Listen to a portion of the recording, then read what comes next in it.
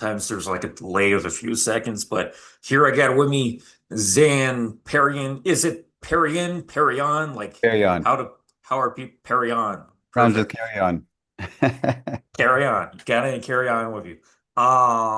So could you introduce yourself for those who are a little bit familiar with you or even unfamiliar with the kind of stuff that you do?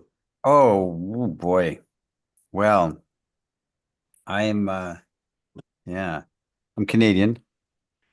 I uh I I've been around for a long time in the kind of the coaching scene since back 2002, 2001, 2002, when there was things like Seduction community and every city had a layer in it. I don't know if some of your people remember it, but we had this it was a great buzz on the internet. People who were who were used to algorithms, programmers, discovered that you can share ideas online, and it launched this entire industry, the pickup artist industry, or called the seduction community, with different groups. And Neil Strauss wrote the book The Game, 2005, I think. And It it was just, exactly 20 years ago this month, wow. actually. Oh my goodness. I was there in New York when he launched it. Wow. That's a shock. 20 years. That's true. September 2005. What? Is that September 2005. I'm not sure like the exact date, but it was 100% September 2005. That's incredible. It's 20 years ago. I was in New York City with Neil and Mystery. Wow. That's a shocker. Okay. Anyway, I've been around for a long time and, talking all over the world and doing boot camps and YouTube videos, and just I know everybody that's was in the scene back in the day anyway, not the new guys, but I've been interested in the dynamics of men and women. No, I've been interested in women since I was a little, and it's the only thing I ever was interested in. And I dedicated my life when I was 18. I basically was raised in the north of British Columbia, Canada, in a small village with 600 people in it. And then when I was 13, I left home and I moved out into the wilderness further, and I helped run a trap line for a mountain man for my teenage years. And so I don't have any formal education past 13 years old. I never went to high school, college, university, nothing. So I'm self-taught and self-read. But when I turned 18, there's no girls in the forest. So I'm like, I got to come out and figure this out, because I was just enamored by girls. And but I had no social training. I didn't go to high school. I didn't see the jocks and the nerds and who got the girl. And I didn't learn social dynamics. And so I got my social training from romantic comedy movies where the nice guy wins in the end. And and so I was the quintessential nice guy. I was the sucky poetry writing, weepy, sentimental flower buying, uh, sensitive nice guy. And women would maybe date me once or something, and then they're gone. And so my early 20s was a blur of rejection and self-loathing and jealousy and insecurity. And I said, you know what? I'm going to figure this out. And I dedicated my life to trying to understand women.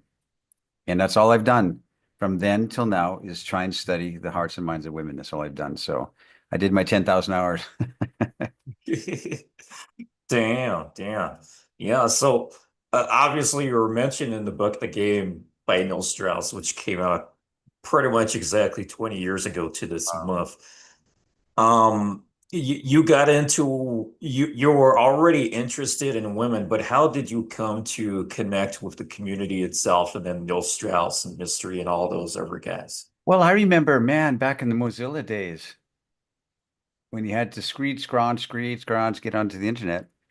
And I remember there was the alt alt alt fast seduction, I think it was, or these Yeah, bulletin yeah. boards. Remember the bulletin board, fastseduction.com was a bulletin board. And I was posting on there. And then Mystery and Neil at the time, nobody knew that Neil was a journalist. He called himself, can't remember what his style. He was Style, but he was a journalist for Rolling Stone and New York Times. And he never kind of told anybody he was kind of going undercover. And he was chilling around with Mystery. And Mystery created something called Mystery's Lounge, which was somebody's name.com/system32 slash sub. So it was not, you couldn't find it. It was completely hidden off the internet, off the world. It wasn't scraped by Google or anything. And you had to know people to get into it. And so there was about 30 or 40 of us back in the day. And I remember you had to be vouched for by two of the people that you're actually doing something, and you're one of the ones who has something really interesting to say, and not just random people. And everybody heard about this. It was rumored that Mystery had this lounge, and Style was in it. Style was one that recommended me or vouched for me. And I remember an early Tyler Durden, Owen Cook, who was, I think he was 18 at the time, and he got in there before it all shut down. We had a volume, the content of the conversation in that group was a year or so of posting, and it's all lost.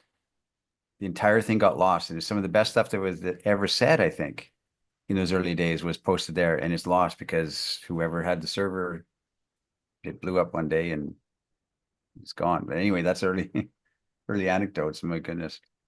So that's how I met these guys. And then, here's an anecdote for you guys. When the game came out, Vanity Fair, GQ magazine, they're all buzzing about this best-selling book by Neil Strauss. I got an email from Neil, a call from Neil. I was in Canada.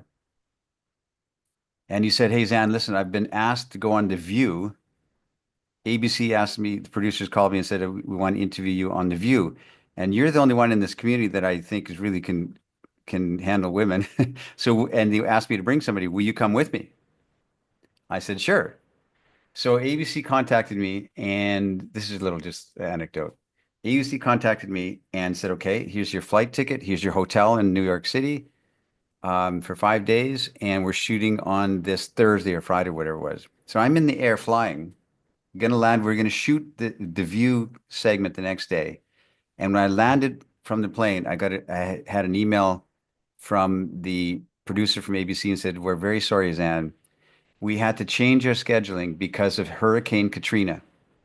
We had to readjust everything because of the urgency of that. So we filmed the View segment with Neil today. I was supposed to be on it with him tomorrow, but we had to rush it up. So we filmed it with just Neil, and we're very sorry. Enjoy Manhattan on us." So I was supposed to be on The View, but Hurricane Katrina, cock blocked by a woman, Pretty. I was thinking the same thing. Now it's crazy. You mentioned it was interesting. You mentioned how all those resources and comments, messages, bulletin board kind of things, forums got lost Yeah. because over time, it's not just unique to those websites, but I've seen this happen over the years.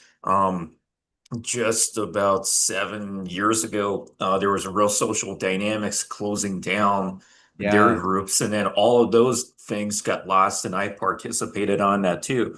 So if you had only ever posted there and not backed it up yourself, and that's your own backup rather than backing Yeah. up other people's stuff, then it's all lost. So what I realized with what we're doing at Game Global, we need to preserve all of this Yeah. knowledge and make it accessible. So one thing I was doing, I made a timeline article on the seduction community over years, for example, and I found in 2 AD there was a Roman philosopher who came up with I think a series of free books or something. I Yeah. can't remember his name exactly, but the All of it. book was Ars Amorata, which your Ars YouTube channel, Amatoria. There's another story. Ars Amatoria, yeah, that's I'll the one. tell you a story about that. He was a Roman poet named Ovid, and he got kicked out of Rome, and he went to basically Constanza in Romania, which is 2 hours drive from where I am right now. It's on the Black Sea. He was exiled to a Roman town in Constanza. And he wrote 3 books while he was in Rome called the Ars Amatoria. And that's proper Latin, and it means the art of love, basically. The book of the art of love, Ars Amatoria. And 20 years ago, when the game came out, I was interviewed by a woman in Maclean's magazine, and she posted the article, and she put in there, Zan has been influenced by literary influences like Benvenuto Cellini, Casanova, and Ovid, who wrote Ars Amorata. She made a misprint. She was supposed to be Ars Amatoria. She wrote Ars Amorata. So I stole it, registered trademark, and it's been my brand ever since for 20 years. Ars Amorata. I borrowed fake Latin. It doesn't mean anything, but yeah, you get to kind of get the sense of what it is. So yeah, but that book, Ars Amatoria, was how to pick up Roman chicks. Oh, That's what the essence of it was. It's always been around. interesting. That was 2000, or according to sources, 2023 years ago when that was kind of around. But that's pretty interesting. Did you ever like read that material, look into it, and I did a little bit into Ovid. I read Casanova and I read Cellini, and I mean, I devoured Casanova when I was 18. I thought this is the most incredible thing I've ever seen because he had no money and he wandered the entire Europe, all over the place, from bed to bed. And I thought if he can do it, I can do it. So I was very influenced by Casanova's sense of ease and delight.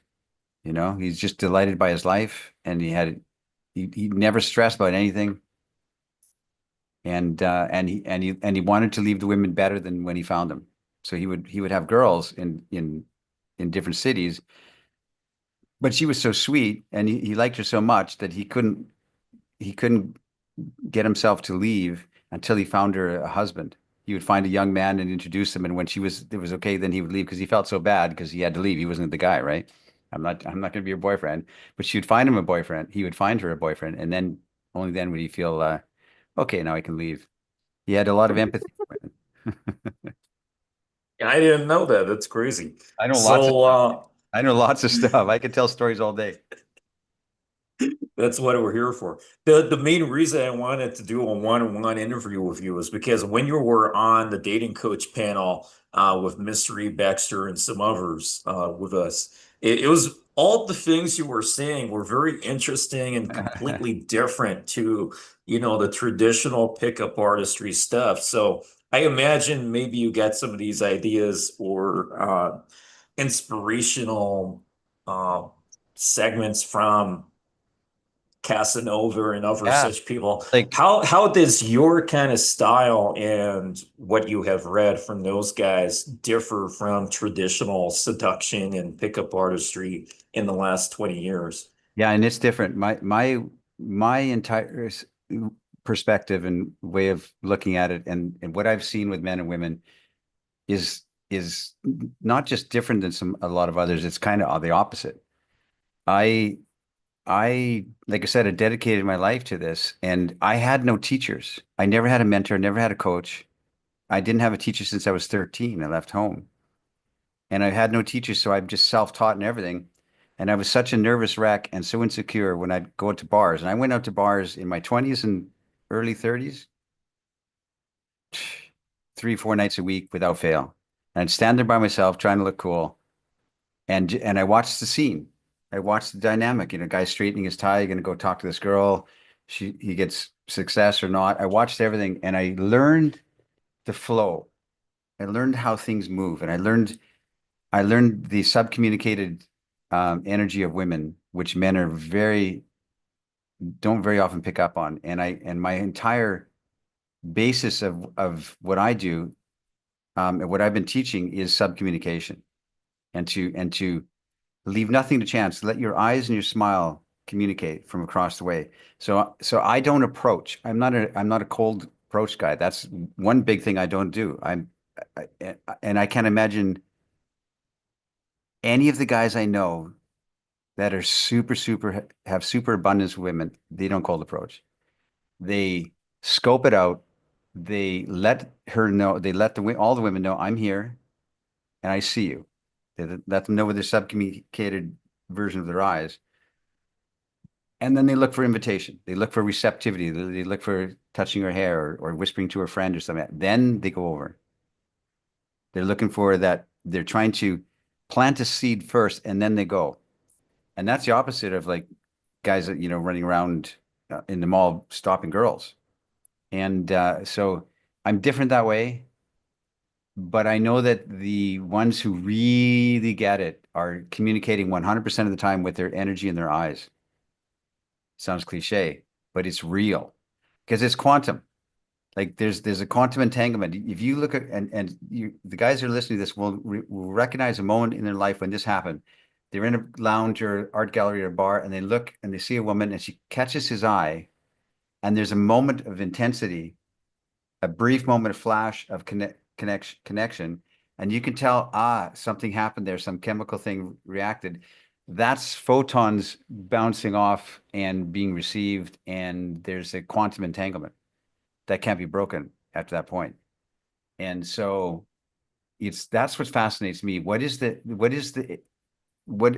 this is what I teach in my workshops is not opening lines, techniques. It's what is the concept of mystique?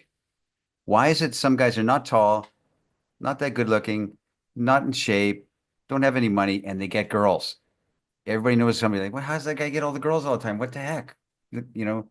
Because um, there's something in him that is not mysterious, but mystique.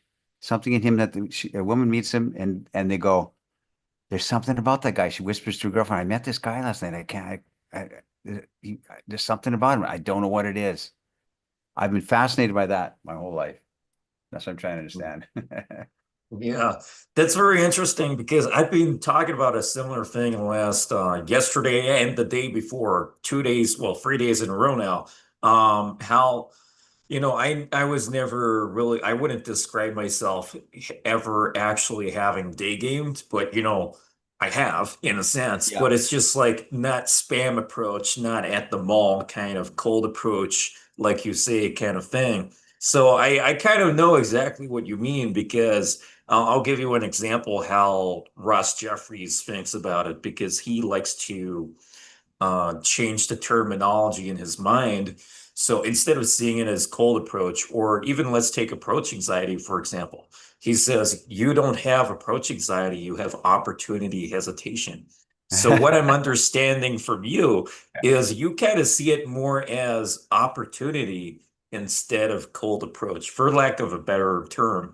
But I just want to mention that to resonate with the guys watching because the way we word things, like Ross Jeffries says, makes so much difference. Like if Yeah, of you're just course. gonna see, I'm going to cold approach that woman over there, it sounds kind of robotic and Language has meaning. strange. But it's like you're treating things as if everything's just a human interaction, Yep. taking the pressure off, identifying some kind of opportunity, either by observing IOIs or compliance or something along those lines. So, Yeah. what are the kinds of ways that you think about cold Well, approach imagine and this. lines? I didn't, I don't, I said I don't cold approach, and I really don't. I don't go unless I think I'm 75% invited. I'm checking, but I leave nothing to chance. Every woman knows that I'm there from afar. I let her know I'm watching, I'm looking at them. As soon as they catch my eye, I go like this. I give them a little bit of, I see you. I'm saying with my eyes and my smile, I see you and I like what I see. And I'm looking for receptivity to that. So, but I didn't, it's not some technique I learned to not cold approach. I didn't cold approach because I was too nervous. I learned how to approach with my eyes because I was too scared to go talk to girls. Even today, if you said go talk to that Forset over there sitting at the table, I'd be like, I'm tongue tied. I don't know what to say. What am I going to do? He told me to come talk to you. I'd be like, I learned it organically. I didn't, I learned how to let the world know that I see you from the side of my eyes and the side of my, and the side of my smile. It's like, Casanova had the concept of, s- uh, well, subcommunication basically. So, and that's what I learned to do. Very interesting. Do you have, oh, my camera's gone crazy here. Do Uh, you have any thoughts on approach anxiety? It's such a big issue, but it's kind of tied to this concept of cold yeah, approach and I how do. you do it. You know, because I was massively insecure and hesitant and worried about how I was so self-conscious in my early 20s. If you're in a crowded restaurant and you get up to go walk through the tables to go to the bathroom, it would take me like 10 minutes to get up my nerve to I was so nervous of how I thought I'm going to walk stupid and people are going to judge the way I walk. No one no one cares, but back then I thought, like I walk like an idiot. And so I was very self-conscious and approach anxiety was massive. And then, you realize one day that all of the insecurities that you're feeling here, she is too. She's worried, guys will talk to some woman and she's like and giving her yes and no answers. Yeah, yes, yeah, no, And we think, well, I'm not engaging, I'm not reaching her on an emotional level. I'm not funny or interesting enough. But we never ever get the thought that the reason she's doing that is because she's nervous and doesn't know what to say. We never think that. Like she's thinking, I had garlic today for lunch, and I hope he doesn't get too close to I'm worried about my breath. Women are self-conscious and worried about themselves constantly, just the same as you are. And so when I realized that everybody's broken, everybody's insecure, everybody's feeling like they're faking it. They're completely faking it. I got this nice clothes and that, but I feel like can't they'll see the real me if I open my mouth to say that. Everybody's thinking that. When you realize that, something falls off you like scales, and you realize that we're all trying and the way I say it is you're a student of life. You're a young guy and you're starting out. You're a student. Nobody taught you how to do life. Nobody taught you how to present yourself into the world, and you're learning it. And you think you made a seeming mistake last night when you talked to the girl and fell flat, and she's not interested, and you think I could have done it better, but you are a student of life. You can forgive yourself everything. That's what released me. You can you can forgive yourself everything because everybody's broken, everybody's fallen short of the glory of God, and everybody's broken and nobody's innocent, and everybody is trying to get people to like them, to like their jokes. Even her, she's nervous and in her head. She's in her head analyzing things as much or more than you are. When you realize that, when you think, why am I trying so hard? Let's just go out there and just like express, hey, you're nice. You look like a nice girl. I I like girls. You look like a girl. It's the simplicity of it is just speaking plain truth. So that's how I learned it, or that's what I learned. But No, that makes an incredible amount of sense. I think in terms of a similar thing, that reminds me of when you look at message game interactions and a man is sending messages. I see this on Reddit all the time where guys in the comments are like, she's not interested, bro, because she doesn't know how to respond to his messages. As simple right. as that. It's pretty much the same thing. Like you just have to understand she's not the one leading. She simply doesn't know what to say to Yeah. your comments. It's as if you She's mentioning a comment, whether it's message game or something she's in her else. head. She's in her head and second guessing herself.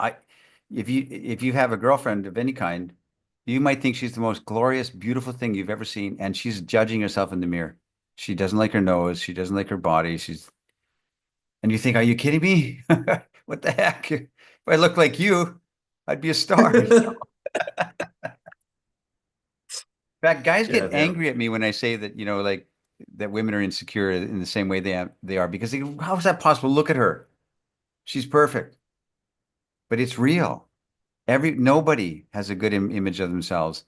In fact, we have the image we have of ourselves is the worst image that anybody has. Everybody else has a better image of you and a better impression of you than you do yourself. It's amazing. When you realize this, you start to relax and let go and have a bit more fun. Forgive yourself a lot. Forgive yourself. "Oh, I said a stupid thing, but I'm a student of life. You can forgive yourself. It's the way it is. You're not the first guy. So. Trial and error. Just do it for the reference experiences, as Julian Blanc used to say. That's all good. Similarly, speaking of like perfection, there are a lot of guys in the community who are absolutely into the idea of rating women out of 10. What's your view about that? Rating women 1 out of 10. Yeah, just out of 10 in general. Like she's a 10, she's a 9.5, she's a 7.642. Well, that's an interesting thing. I mean, I I never thought about it before, but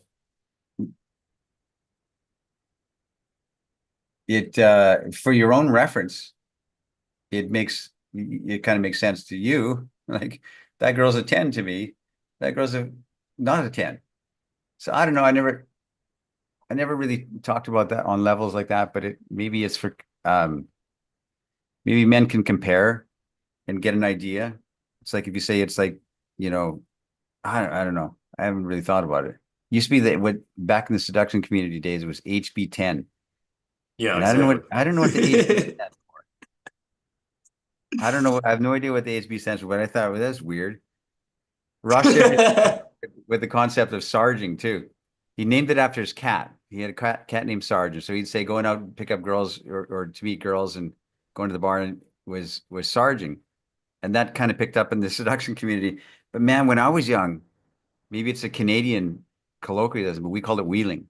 We'd say, "You want to go out and wheel some chicks? You want to go out and do? Let's go do some wheeling. Hey, let's go do some wheeling, guys. You want to go some wheeling? Yeah, let's go." Straight Anyway, to the wheelhouse. No, that's some good stuff.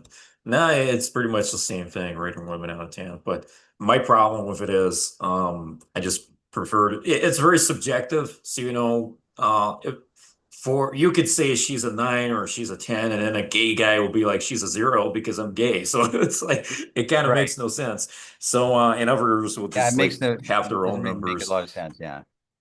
And it's Hmm. subjective, or then it's like it's putting women as a commodity or as produce sitting on the shelf, and you pick this produce because it's more fresh. I don't know, but maybe there's something to it. I don't know. I don't have a comment on it actually. What are some pickup artist terms or concepts that you kind of disagree with or just don't follow at all?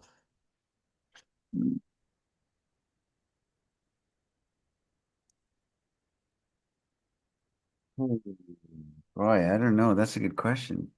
Nobody's ever asked me that before. 3 second rule, for instance. I think that's mysteries. Mystery said a 3 second rule. You see a girl, 3 seconds, you go over there. Me, I'm checking out the whole scene. I want to know. I'm like playing chess. I want to understand the who likes who's here with who. I remember a couple of friends of mine walked into a bar one time years ago, and there was three beautiful girls dancing in the kind of in the middle of the dance floor. And they immediately, their pickup artist mentality, they're like immediately 3 second rule. We got to talk to these girls. And they started to beeline for these three girls. And me, because I grew up in Canada, I look around, check the scene out, and I see a table over there with three guys that are standing around with their shots like this. And three girls, three guys, kind of an empty bar. And my two friends just didn't see anything. They headed straight over to those three women. And I looked at the three guys, and one of the guys looked at me, and I went like this to him. Basically, I asked him with my eyes, "Those your girls?" And he goes like this. And I said, "I got you, man." And I went and grabbed the guys by the collar and I pulled them back before they got to the girls and said, "No, no, no, no, no. These girls are off limit." I looked back at the guy and he goes like this, "Thanks, did me a solid." So I'm very here's one thing. I'm checking the whole scene out. I'm not gonna I never get in trouble. And I was grew up in the bar scene in Canada where the you would get in bar fights constantly. And I never got in bar fights because I was very aware. I can see what's going on. And I'm very good with men. I'm a small guy, I'm not this big guy, but I'm very good with men because I have a lot of respect for men. Those three guys have these beautiful girls. Those are cool guys. And I let them, they know that from me, that I'm very respectful for men. And, um, and so I never get in trouble with men because I'm scoping the scene out, and I let the men know I'm not gonna try and sneak your girl away from you when you're not looking. That's not my style. Very socially aware. No, that's funny. There are You know, if I times walk where into a just like, bar, if I walk into a bar and you see the bouncers and they're all standing like this, I always acknowledge bouncers as I'm walking in. Hey, guy, how you doing? Sort of thing. And they look at me like this, like who the hell are you? They ignore me. I walk in. 3 hours later, I'm coming back out. I say, thanks, guys, for the good night. Pat them on the shoulder. Thanks, brother. And they're like, who's this guy? They walk out. But the next week, they remember you. I'm respectful for men. Like I'm good with men. I never get fights because I'm good with men. And believe me, I've jumped out of bedroom windows in my time. I've done some crazy things. That's another story. yeah, yeah. Not YouTube ready. I remember last year on the East Coast, I just turned around. There was a fight breaking out between a few guys. It wasn't even in a bar. It was just like outside, uh, not too far from a bar though. But yeah, crazy stuff happens. So, In a Western lot of Canada, social awareness. in Western Canada, in every bar, every night you went out, there was always a fight. Always. Like 100% of the time. If there's not a lot of women out, the guys get aggressive because there's no girls and they get angry and they just and some guys just like for fun, just like to cause some trouble and have some fights. In Western Canada, same thing, you know? So I'm used to men and I'm very aware. I got eyes in the back of my head. I'm like, okay, let's watch out here. I'm very good in at the social scene. Who I don't cross paths. Y'all are crazy out there west, out west. Yeah, that's for sure. Uh, what are some other things, not to put you on the spot or anything, because what I got from you last time is you do so many things differently. So what would you recommend guys to do differently compared to the mainstream advice out there in the seduction community? Well, like I've been kind of saying, it's like I don't approach, and I'm not saying you shouldn't approach. In fact, I would probably have had 1,000 or 2,000 more physical encounters if I had the guts to approach.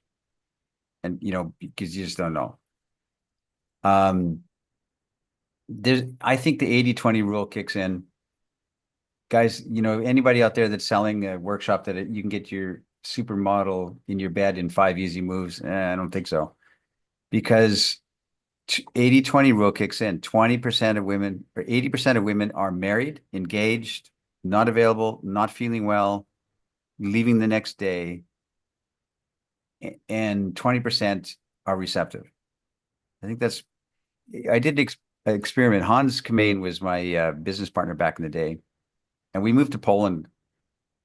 We rented an apartment in the center of Warsaw, right by Zlote Tarasy, the big center mall and stuff. Yeah. That's been in the news recently Oh, because of really? cold approach happening there. There was a Reddit Oh my post goodness. and That this everything. It is was in the news this is years just two ago. weeks ago Oh or last wow. week. I haven't been there in a while, but we rented an apartment and we met 100 girls. I had 100 girls on Facebook that I met, Polish girls. Before Instagram was a big thing, we were adding girls on Facebook. So we had this plan. We have this beautiful apartment. We have alcohol. We've got food. We've got warmth. We've got everything. Music. Let's do a social experiment. So I sent out 100 invitations, a copy paste, copy paste, copy paste, copy paste to 100 uh, girls that we had met in Poland. And the message said, hey, we're having a party this Friday night. This is like Monday or something, or Sunday. I sent it. Having a party this Friday night. It's at 7 o'clock. There's lots of food, lots of alcohol, great music. We have a photographer going to be there, all this kind of stuff. And I made it Friday night at 7 o'clock so that if they wanted to go out, they could still go out. It didn't interfere with any plans. It was our experiment. 100 invitations sent on Facebook. 20 of the 100, in other words, the 80/20 rule, messaged back and said, "Well, wow, what should I bring? Can I bring a girlfriend? Uh, should I bring some alcohol? What's your address exactly?" Okay, 20 were receptive and excited. On the Friday night, of the 20, 4 showed up.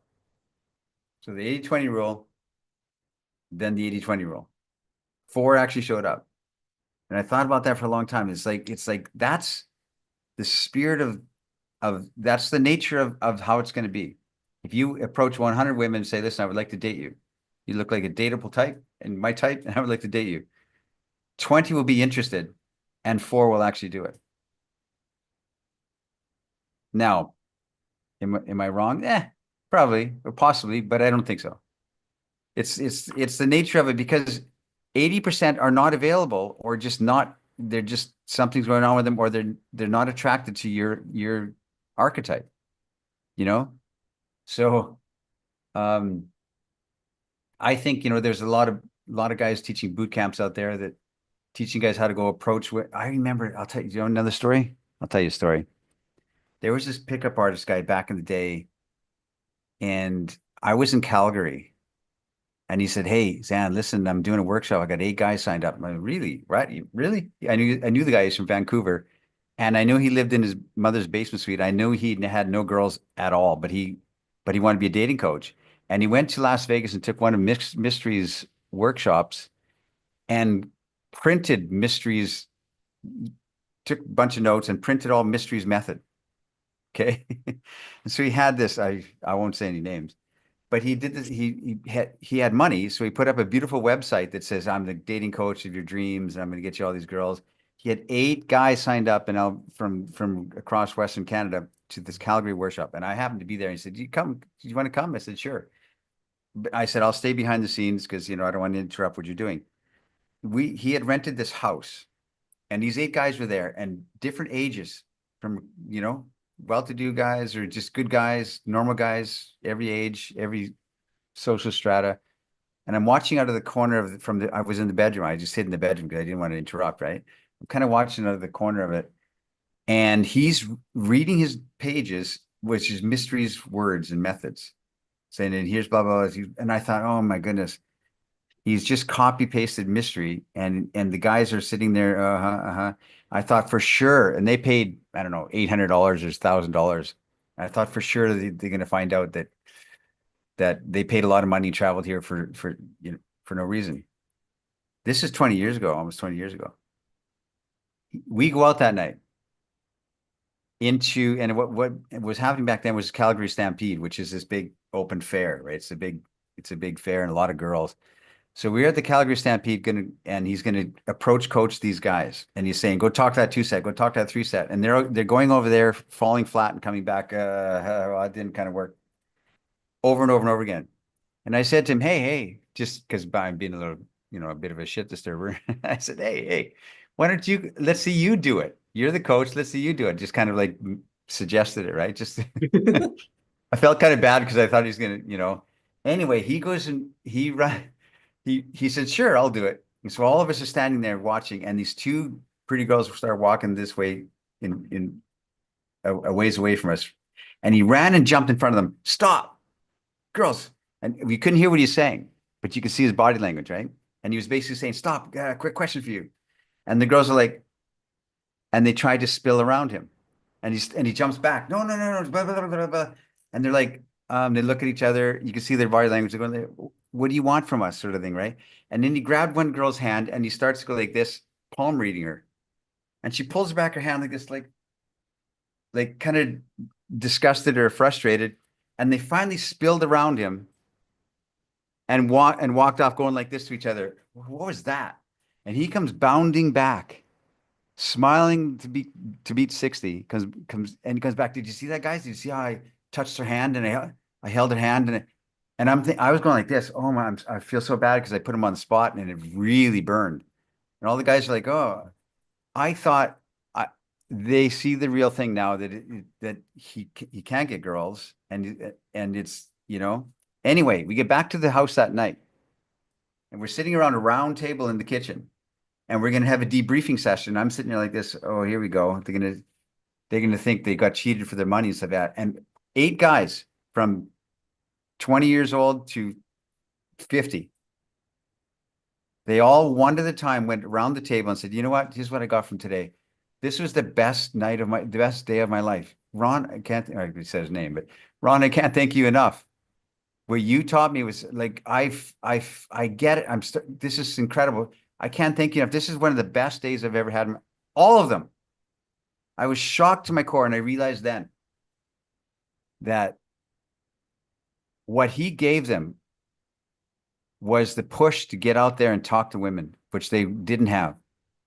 Just if they did it themselves without paying $2,000 whatever for a dating coach, if they just went out there and started talking to women and tongue-tied and nervous and did it anyway, they would get some result at some it's the way it works. But they had never talked to women before, cold approached or approached on the street, and they couldn't thank him enough. And I thought, there you go. How can I judge this guy? Is he giving a good service? Is he a good dating coach?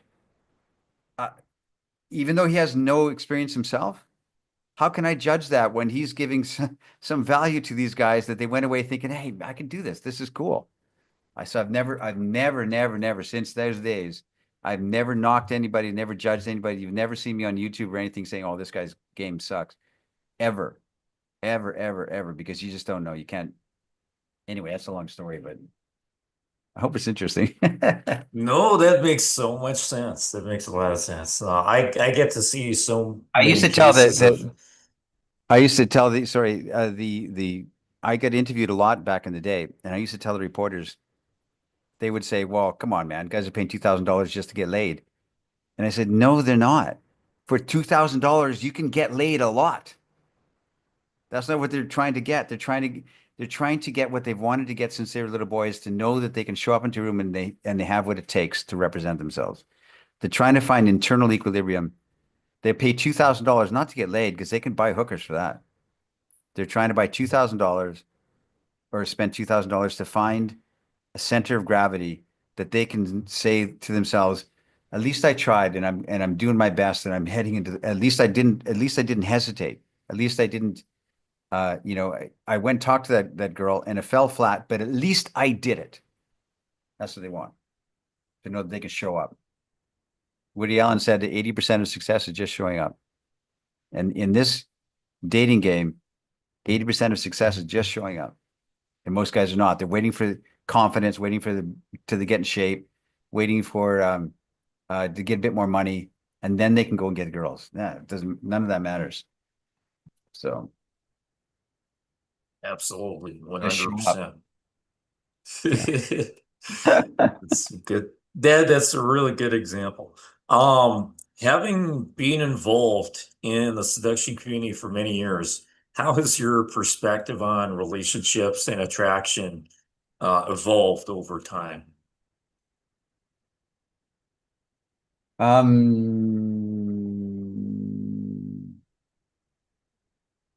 Remember David D'Angelo saying back in the day, attraction is not a choice. And I get that that's true. There's some kind of archetype that you're drawn to, and she's drawn to. Um, how's my viewpoint changed?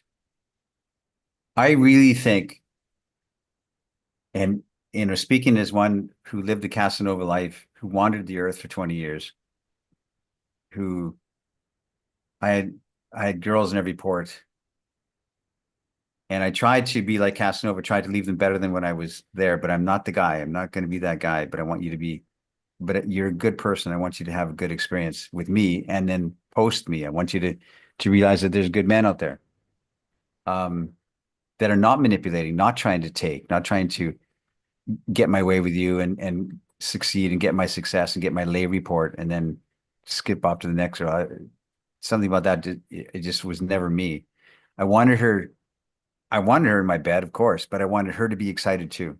Like this concept, another concept of the pickup bars community that I just never understood at all in my mind is the LMR, last minute resistance. Guys, there was entire doctrines and workshops and programs how to get past your last minute resistance. I thought, why? I don't, I don't want to get past her last minute. I want her. I'm excited that she's got a heart shaped ass. She's sweet. I like this girl. I'm excited and I want her in my bed, but I want her to have the same level of excitement that I do. And so I'd be checking in. Are you excited? Because I am. And if you're ready, let's go. Spankety spank. Beep, beep, beep. Back it up, you know? And if you're not, and last minute resistance, if you're not, and you get hesitant, you know what? No, no, no, no. I don't want to convince you. I don't want to uh, get you drunk, convince you, convert you, or pressure you. A lot of women will give in to men on dates and have sex with him because he's so insistent and they don't want him to be mad. And they don't really want to do it, but they do it because it's easier than resisting, which is a shock when I tell that to men, but it's women will understand what I'm saying. So last minute resistance is just something is a concept I don't I if I feel any hesitation, I'm like, you know what? Let's eat the pizza and let's hang out. I don't want to pressure, invasion. I can't remember what else I was talking about, but I went on this tangent. How things have changed. Well, any of your techniques or views on relationship seduction changed over time? Yeah, well, yeah, as I've gotten older, from my experience, I have world of experience. I have massive amount of experience observing women. I wrote the book, The Alabaster Girl, when I was 50. I'm 61 now. I have to get my rocker What? in, my walker. Because I was reading in the book, the game, it said you were 40 years old 20 years ago. So I Yeah, was I'm like, what? 60 He's now. 60? I'm 60, man. I got some gray hairs now coming in the side. Yeah, I'm Yeah, me getting too. it. But um but I've got a wealth of experience. Like I said, I did my 10,000 hours in the land of women. I did. And what has changed is that probably because of age and experience, for certain experience, um, you realize number one that age is not a concern. There's a lot of guys that are listening to this that are thinking, "Oh, my age is a problem," and they try and hide it, make a joke about it. It's not a problem. Like at 60 years old, some 23-year-old is not going to take me home to her mom and dad and say, "This is," I get that. That's not the dynamic, but they would definitely be with me, you know? So, and if it's not a problem for you, it's not a problem for her. So the first thing out of my mouth when I'm talking to 23-year-olds is, "Hey, what am I gonna do with you? I'm twice your age. What am I gonna do with you? I'm old enough to be your father or your grandfather almost." And it dissipates all of that. And women are not unattracted to men who are older. In fact, they lean towards men who are older in general. Younger girls would prefer to be with older men, unless you're insecure about it. Then they're like, okay. If they have to ask you, "So wait a minute, how old are you? You failed. You failed." You gotta say, you know what? You reframe it. Ross Jeffries reframing, changing the language. You reframe it. The spirit is not, I'm way older than you and I have to hide it because you're young and vital. Instead, the reframing is, man, I've seen the world. I've started and lost fortunes. I've banged a lot of women. I've been in great relations with incredible women. What can you offer to me, 23-year-old? Who are you? What am I gonna do with you? Go run along and play with your little friends. What am I gonna do with you? That spirit. And then they go like this, "Oh yeah, I'll show you." Anyway. Ooh, flipping the script so she qualifies herself instead. It's I'm much telling you, I better. like all the stuff I'm saying is the opposite of what's being taught. Incredible. Mm, definitely. Let's see here. How do you personally handle rejection or perceive rejection? Yeah. Well, when I was young, I'm telling you, I was the most miserable, rejected, self-rejected, jealous, petty. Just I look at it now and I cringe. When I wrote the Alabaster Girl, I wrote in there that there was some part of me that I had to rip out like cancer. I had to rip it out of my soul, which is jealousy and insecurity.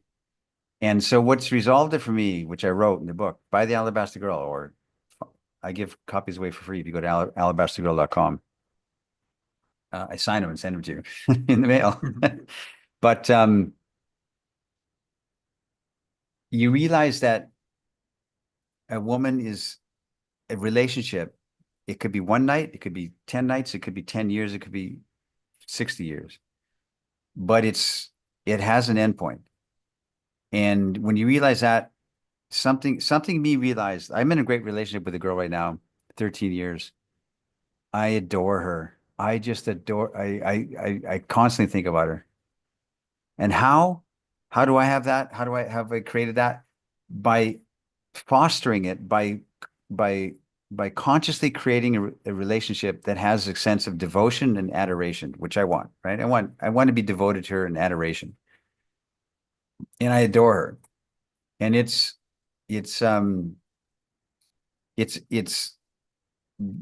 I teach this, I talk about this, how to create that sense of devotion in her to you.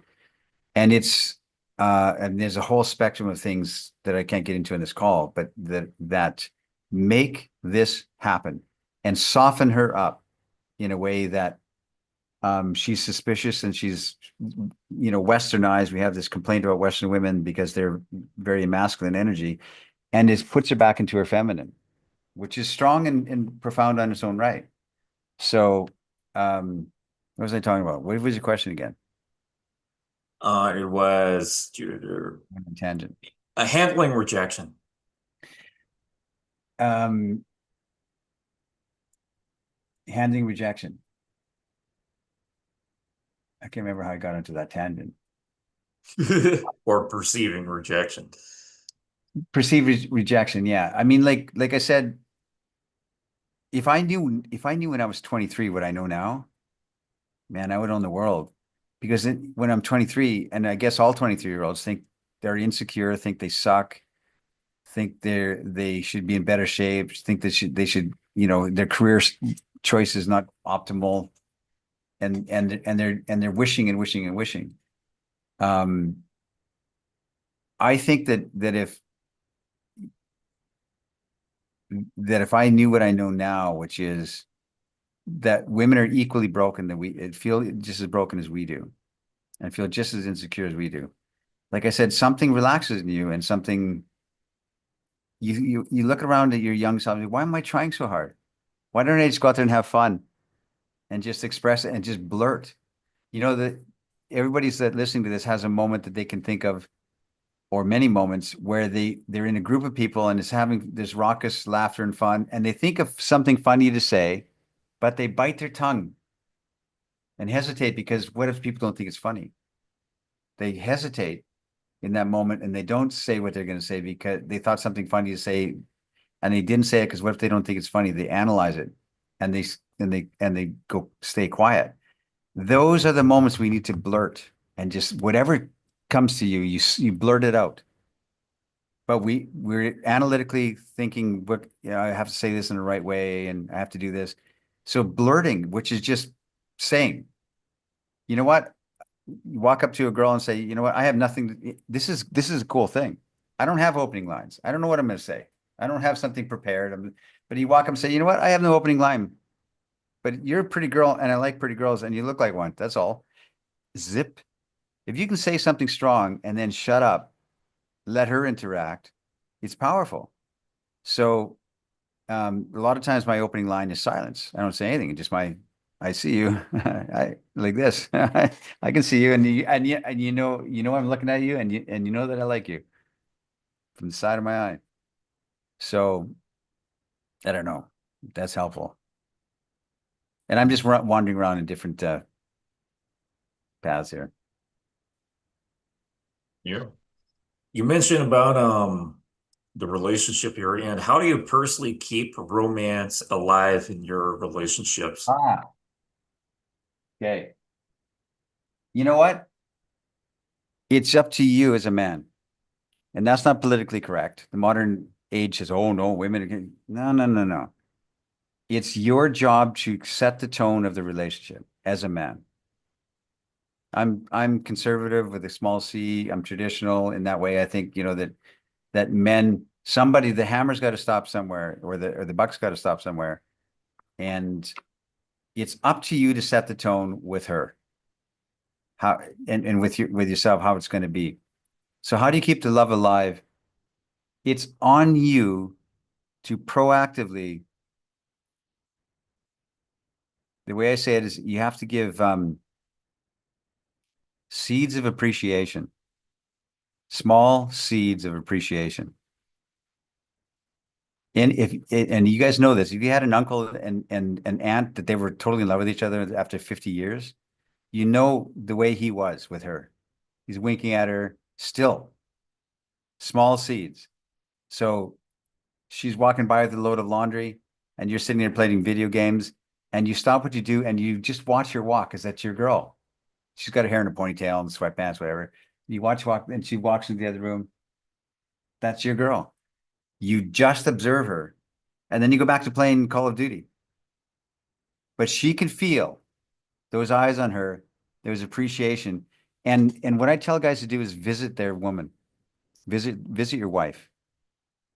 And by that I mean, my sweet, my beloved.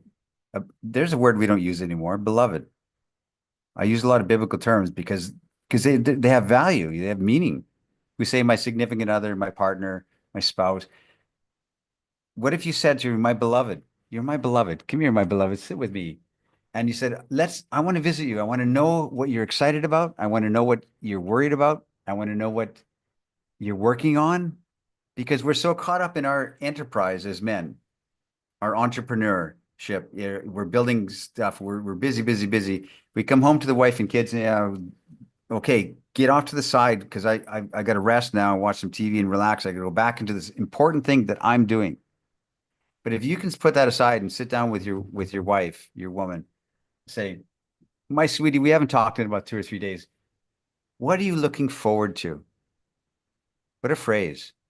What a phrase to say. Because if you have nothing to look forward to, in your life, like right now, if I ask you, what are you looking forward to right now? And you might say, well, this trip I'm doing or this new podcast I'm about. If you don't have something to look forward to, you have something lost fundamental in your heart. And so I you ask use her, that what exact same question, actually, especially do with my you? daughter. I literally ask her, what are you looking forward to? Oh, that's the greatest thing I've ever heard, man.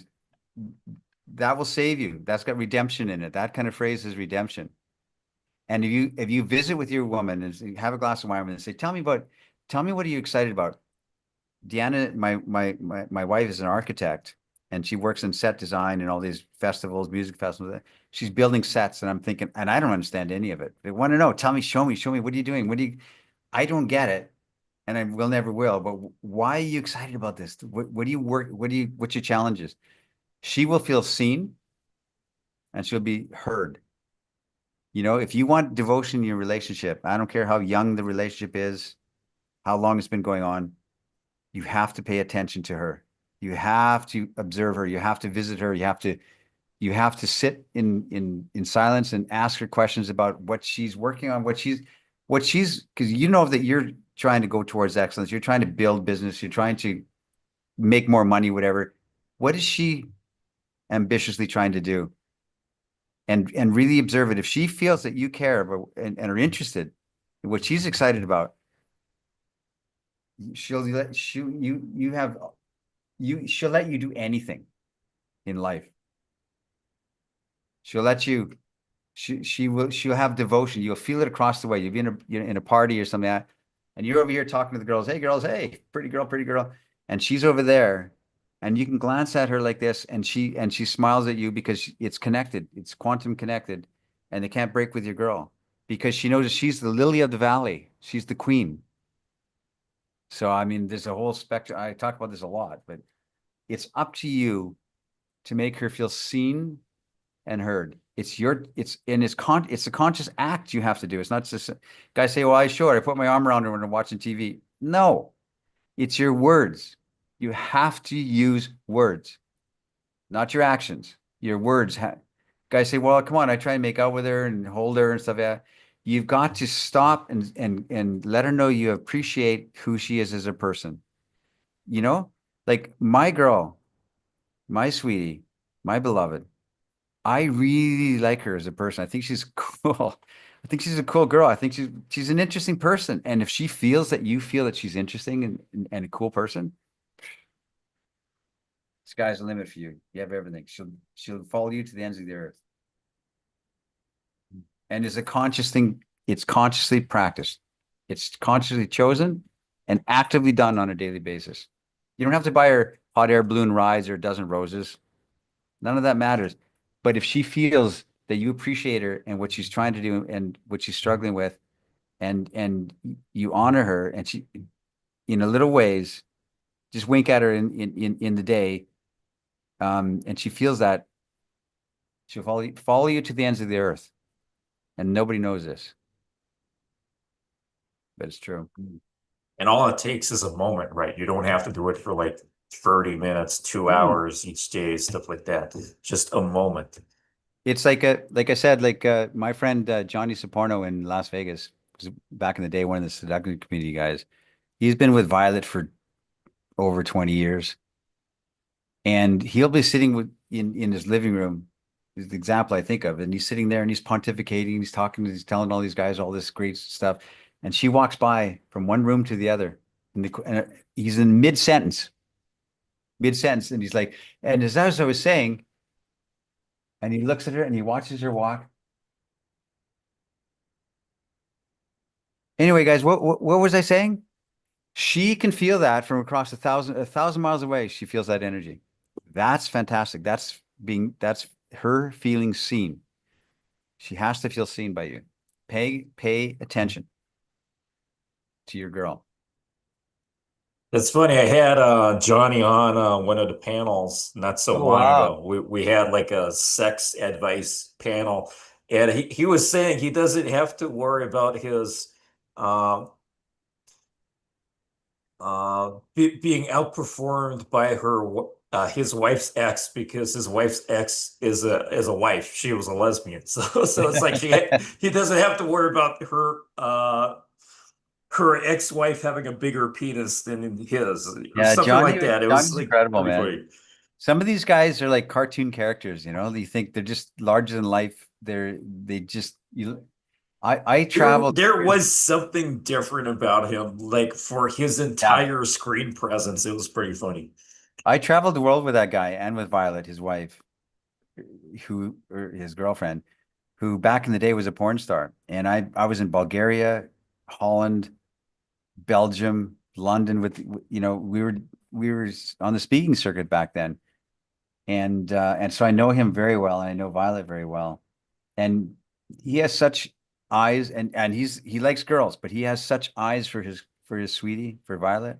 He just adores her. And she can feel that. It's not needy.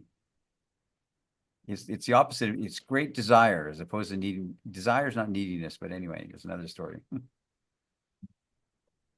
What was a moment in your life where you truly understood the power of presence with women?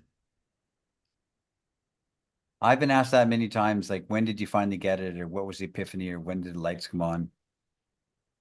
And I can't pinpoint a single moment in my entire journey. It was all tiny incremental stacks on top of each other. Like, wait a minute. I I just talked to this girl last night and she said, uh, well, I'm not gonna have sex with you. And I heard that 100 times before, but it really meant that she was going to. So I started to put two and two together. You know what I mean? I'm like, wait a minute. So it was all little tiny light bulb moments. Nothing, no. And when you look back after 20 years, you go, wait a minute, wow, what did I explore? What I just did a podcast with Jordan, my head coach for 20 years. 20 years? 15 years, 15 years. I just did a podcast with him and we talked about, he reminded me of when he first showed up when I was in Romania and I had Casa Murata and my house is filled with women and filled with guitars and glasses of wine and everybody's celebratory all the time. And he said, we would come there as outsiders and come into this space and it was full of girls. And we thought, how did this guy do all this? And I forgot all those days. Didn't really forget them, but you forget that, you traveled and you created some incredible experiences. So, and now I'm, sitting in my rocking chair writing books like this. But we did some partying in the day, man. I can't remember the question, but Yeah, you kind of okay.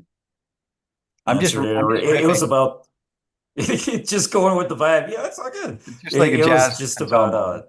if there was a moment when you understood the power of presence Oh, with women and yeah, stuff like yeah. that. I never had that epiphany moment. It was all just like kind of like you look back, wow, what do I know? How do I know all this compared to what I knew that it's all incremental. And anybody who's listening to this, whatever age you are, if you stay dedicated to your journey of understanding and contemplate a lot, look out the window a lot, think about your life, think about who you are, and really stay curious about the future you and how you want yourself to look and how you want your relationship with women, you will manifest it. You will figure it out. If you just stay dedicated and don't give up, don't get discouraged. Some guy asked me a few years ago, when you were young and rejected in your 20s, did you ever think about giving up?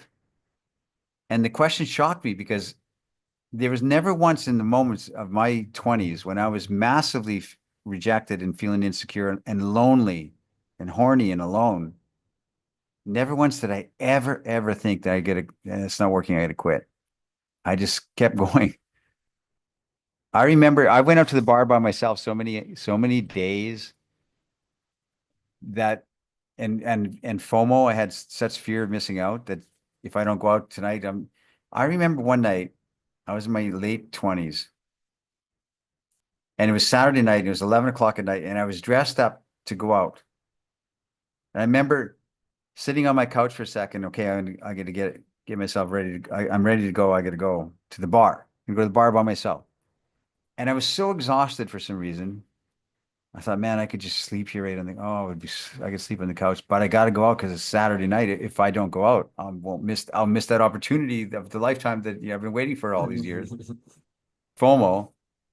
And the first time I can still remember what I was wearing. I remember every detail. It was like when Kennedy was shot. You remember everything about that moment because it was so significant to you.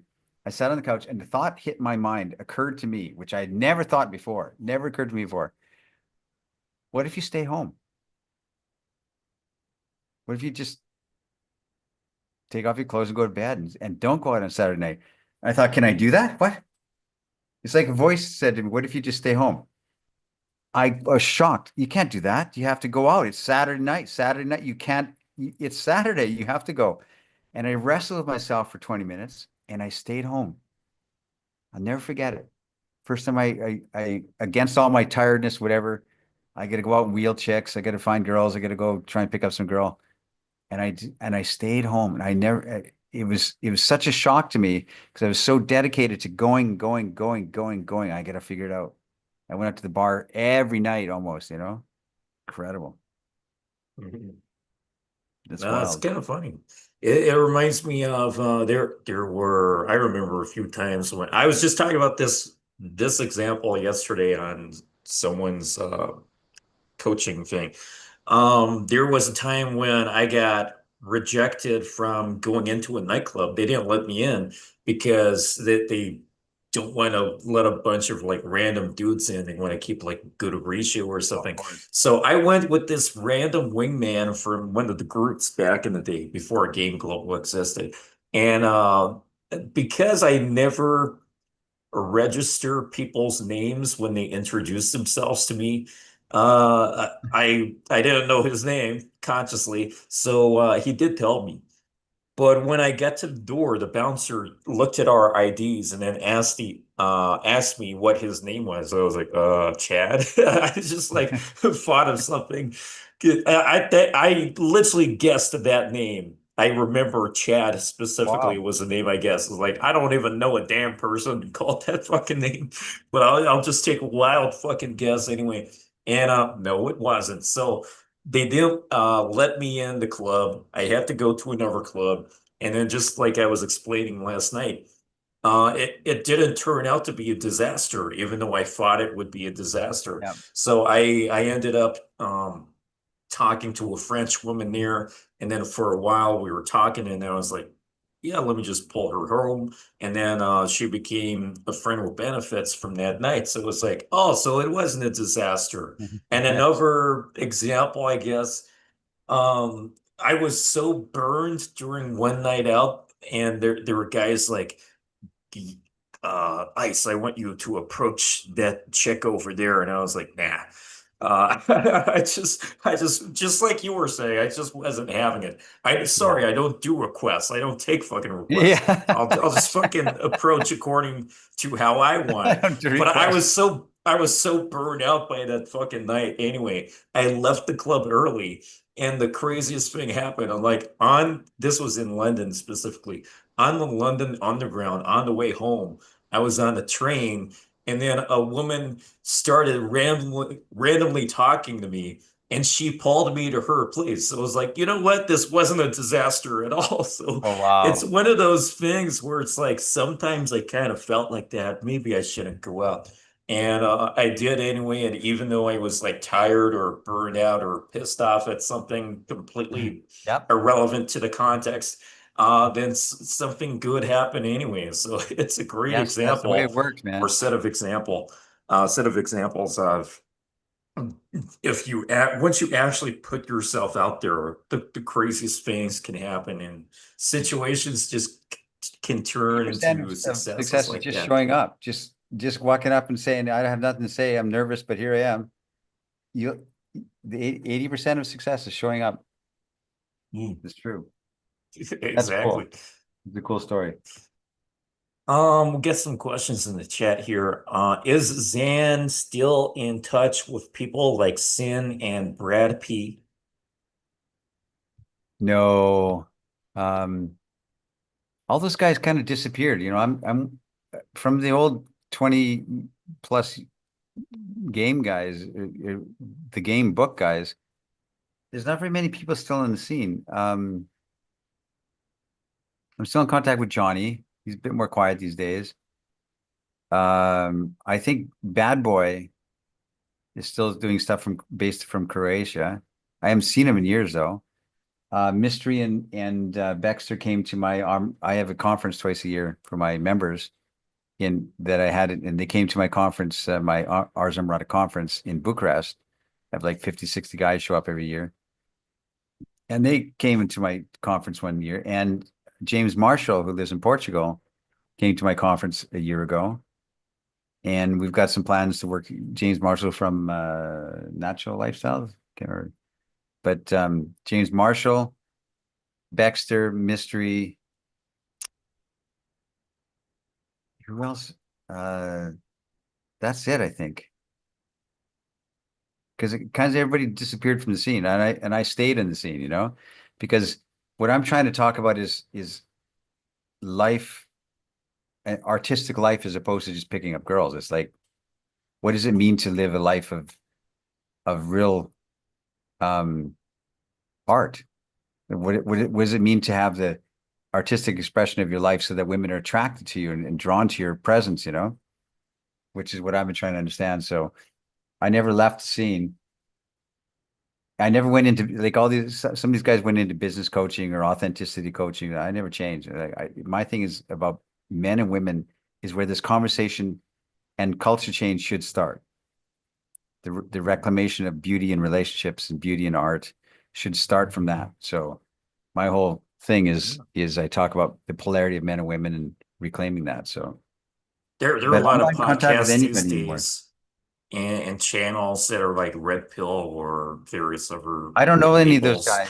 And I that talk, they're like a bunch of interviews and podcast panels, and they're kind yeah, of like interviewing women on the street or men on the street, and they're kind of like fishing for reactive responses. And there's yeah, like a war between genders right now and crazy, what do you call it? I forgot what the word is, but the concept that all women are attracted to the 1% guy and stuff like I right. forgot what the word is called though. Um and stuff like that. So there's a lot of red pill content, especially in the last, I would say 5 years maybe, where Yeah, that's it's right. less focused on practical advice of like go meet women and stuff like Yeah, that, yeah, and yeah. more focused on women are gold diggers and XYZ and blah blah They're blah. just It's shit. kind of crazy now. Yeah. Yeah, the landscape has changed for sure. But there's a quiet volume of men and a quiet volume of women that don't get the airwaves and don't and they're not wading into that swamp of ideology and angry discourse, not feminism, not red pill, not this angry discourse. They're silent and they want to have a good expression of themselves. There's women out there that want to meet a good guy and have a good relationship and have, and there's a lot of guys, young guys are jaded because doesn't look like it to them, but there is. It's just a silent majority, I guess you could say. And a lot of men don't want to go down the angry misogynist, uh, take back the power from women, but they're being taught that because there's no good messages for men. This is why young men are shooting up schools and suiciding because there's no good messages for them. There's no good, they have nobody to look up to, no heroes anymore. The heroes are rap stars who are 18 years old. You're talking about money and bitches, and they think, oh, I want to be like that guy. That's their role model, and we don't have the archetypal role model of a man who's not a sensitive, nice feminist man, and is not a misogynist, aggressive, take back the power from women, power to men. There's a balance in between. And that archetype, that role model for young men is missing. So like the whole thing about Ars Amrata is trying to restore that in men so that there's a generation of men can say, I want to be like him. That's my hero, you know? So that's the mission. That's the project. That's what we're doing Yeah. till we die, man. But back to the guys you knew. I did Yeah. a one-on-one interview with Badboy 2 years ago. Probably one of the first one-on-one interviews I was doing when I was really working on the Wow. channel and taking it much more seriously. And he really loved you so much. I was like, damn, you're like best No, friends or he's something. the But he's the sweetest guy. I was in Croatia. I visited him at his home, and years ago, like got to be 18 years ago, 17 years ago in Croatia. And he was what a good person he is. What a generous spirit he is. And you see him on camera and stuff, he's like, all right, man, and which is good. Men need to hear this, but you see him in person, he's just he's just incredible. He's just a good guy, man. I liked him a lot. I haven't seen him in years, yeah. and every 3 years, 2 years, we send each other messages. What are you doing? Come to Bucharest. Come to Croatia. We never do it. We never see each other.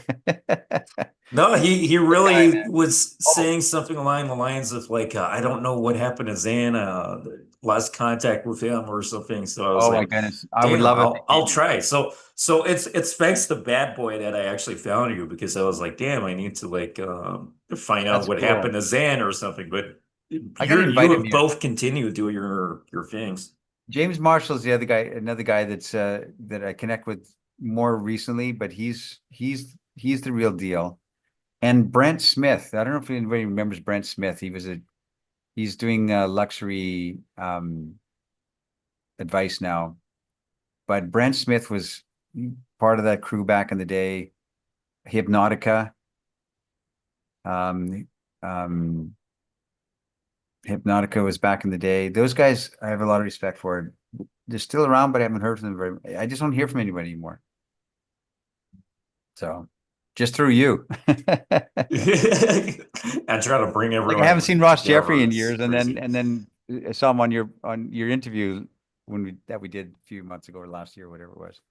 Yeah, just a few months back, I think. And I think that was the one where he only jumped on for a few minutes Yeah, he was just because on for a few minutes. Yeah, he was in a bad space. But yeah, that's like that kind of explains some of the success behind our channel because we're just like trying to bring everyone back together again and like I the like that. aim I have is like instead of making my channel only about my advice and like this is the way to do things, I just decided because we had a very collaborative nature anyway, I decided why not just bring everyone together and just get every perspective because there's no one way of doing things. But I think before, what that was kind of secondary to the fact that I really didn't have time to do one-on-one interviews so much because, um, at the end of 2022. This is why I loved talking to Badboy so much because the end of 2022, my wife had brain surgery, and Oh, it turns out that Badboy also had a lot of brain surgery, and he yes, was he like did. talking to me about it. So I was like, "Damn, this is actually fascinating." And Wow. like the stuff he went through was really encouraging. So we made a solid connection right there. But after interviewing Bad Boy and Alex Social, who used to be part of Real Social Dynamics, and maybe one other person, um, I was like, I was getting so many coaches asking me to interview them, and I didn't know Really? who they were. So it was like, let me just put every person together on one video and just ask one question at a time and get six answers from six Yeah. coaches. Ways to So make it that's happen. where the panel came from. And then suddenly it just like snowballed by itself. So So it's it it's doing became pretty well, huh? effective. Yeah. We went from perhaps back then we only had when that started 3,000 subscribers or less before we were doing the panels. And then we started doing panels, the debates just for fun, but sometimes Yeah, they that's could be a cool. little crazy and stressful and everything. But yeah, it's so much better because I think it was really Shawn Michael who made me he's from England, made me realize back in the day, like close to 20 years ago, somewhere after the game and even before the game as well, people were doing workshops together, like Mystery and Yeah, Ross yeah. Oh, Jeffries yeah. would do a workshop together and something like that. And then they would like people would find the ways to put both styles together, see the in between. And I just thought it's so essential to mix people's That's styles cool. together and get different perspectives because I didn't follow Mystery Method or Neil Strauss or a particular person's A to Z of everything. I just took elements that were relatable to me and found my own versions as well. So I think it should be that way for Yeah. everyone because if you're being inauthentic about things and just copying lines, then it doesn't quite match your personality. And it's going to be kind of strange to deal with. You should, I don't know, do you know Cliff from Montreal? Um, Cliff's who's List back in that? the day. I heard of Cliff's List. Was Cliff, that you should mentioned in try the and game or contact something? him. I haven't talked to him in a number of years, but he had two major conventions, 2005, 2006, called Cliff's List Convention that he never released a video. And it was like everybody who was anybody back then, Neil, Mystery, me, Johnny, that was Johnny was introduced to everybody. That was his first time on the scene. Owen, all these people came and gave presentations at this major convention he did in Montreal. He did it twice and he filmed it with professional film crew and he's never released the videos, never been seen by anybody. And, Yeah. but he was, everybody that was in the scene, Mystery, Nick Cole from RSD, everybody, when they would travel around to get to Montreal, they'd sleep on his couch. He was the guy, he was the godfather of all of us back then. I forget that, man. It's weird. Yeah. This But is why I really want to keep things documented and we used to available. have collaborations and that kind of thing, like and David D'Angelo had his meetings with masters and one of my first speaking engagement was the Chicago one with David D'Angelo. So uh, we used to have these. I remember being in London or something or Amsterdam and would be 7 or 8 of us all speaking at this one weekend thing. We used to do it. And it was a lot of fun. And we would have lots of, fun after and, the crowd. But those days are gone, I guess. Huh. Yeah. Why do you think that is? Is it like people expect money from it or something? Yeah, I guess, yeah. It's a lot of work, to put a convention on and bring these kind of personalities together. They have to have the free weekend, and you have to. It's all logistics. But I remember years ago too. I forgot about this in Rotterdam. The Real Man Convention was a big thing back then. It's called the Real Man Convention. There was like 15, 20 speakers. I remember Adam Lyons, all these different guys would show up and it was like 300 or 400 people in the crowd. So it was Rotterdam. I can't the Dutch guys put it on. I forgot about that actually. But there was big events we used to go to. That's funny. I used to be on stage a lot in front of big crowds. I remember being in crowds in Poland, and there'd be 300 guys in the crowd, and they had a translator next to me. And I'd say a sentence, and the translator would say it, and then I'd say the next sentence. It was kind of awkward because I was in the middle of a sentence, and she'd cut me off and she'd translate. But I would say a joke, and everybody would laugh, and then she'd say it in Polish, and everybody laugh again. But I remember those days. There was a big buzz. We used to have not movie, but film crews following us around, and after the game came out, right? To the book, the game, there was a lot of buzz. I mean, it was. Here's the thing. This is why you have a bit of an audience for what you're doing. There is a incredibly large swath of the population that are now in their 40s, 45, that are crypto bros, entrepreneurs, CEOs of companies that were heavily into the game, back into the seduction community back then. But you would never know it because it was underground. So they would never, so it was like it was an underground scene. But there's in an enormous amount of the CEOs today of major corporations and stuff like that who were followers of, for instance, Mystery back in the day. You just never know about it. But Yeah. they all know the book, the game. They all know who I am. They all know who Mystery is. They all know who Neil is. Right? So No, that's what that's so true. That's so true. I know multiple dating app multiple. founders, just dating app founders, Yep. multiple dating app founders, different companies Yep. who know the book, the game, or they know who Mystery is, or something along those lines. If you And somebody create, sometimes they're like send Mystery a question for me and stuff like yeah, that they because all knew who it is. they're They online were dating young and then stuff like trying to that. figure it out. Now they own enterprises and families and stuff like that, right? But there was across all cultures, from China to India to wherever, that age range, man, they all know who we are. China, like our stuff is translated to Chinese massively. We just don't know it but it's a huge audience there that knows everything about what we're doing. Has my book's been translated to a bunch of languages that I have no idea. And I've always said, that if somebody created a Netflix documentary on where are they now, what, that scene that happened in the seduction community, everybody would watch it because everybody was affected by it in Poland and in Mexico, and everybody knew about it back then. And so I think it would be a hit if somebody said, like let's observe that scene without the judgment of the modern concept of angrily against it because of manipulations of that. There was a real need there and a real desire to learn something and a real feeling that there was finally a solution. So there's a real need that was met or tried, and they realized after 3 or 4 years that it wasn't met because I didn't get my supermodel. It wasn't, and I am being taught manipulation, but the desire was there and it was a real need. So there was something about it that really affected societies across the world in that strata of those years. Yeah, weird, huh? Interesting.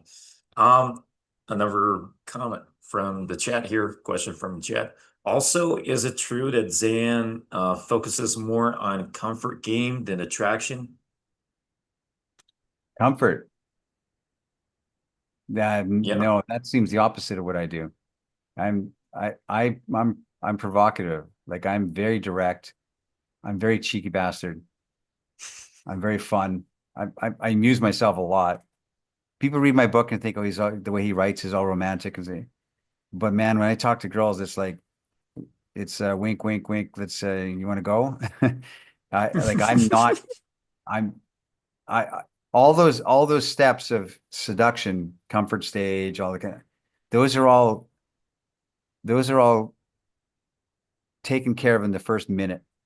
It's done, including the last minute resistance. I already know she's my girl. She knows it too. I'm just saying, do you feel it? Because I feel it.